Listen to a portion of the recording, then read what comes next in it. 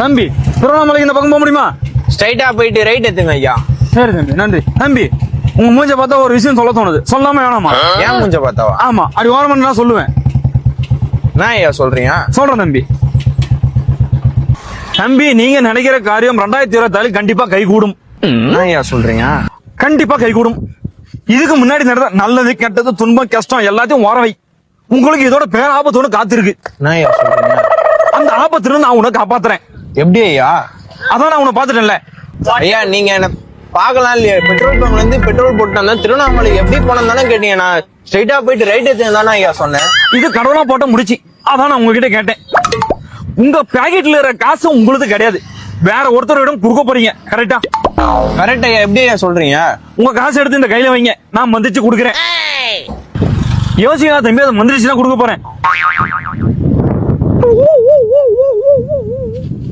வேற என்ன வெள்ளி பொருள் என்ன வச்சிருக்கியா? வெள்ளி பொருள்னா எது சாமி? வெள்ளி பொருள் மோதிரம் செயின். செயின் இருக்கு. கொடுங்க தம்பி, அந்த செயினை எடுத்துட்டு நான் போக மாட்டேன், மந்திரிச்சு உங்ககிட்ட தான் கொடுக்க போறேன். உங்க ரெண்டு கையை இப்படி நீட்டி இப்படி மடக்குங்க. வலது கையில நல்ல நினைச்சீங்க, இடது கையில கெட்ட நினைச்சீங்க. நினைச்சு 2 நிமிஷம் கண்ணு மூடுங்க.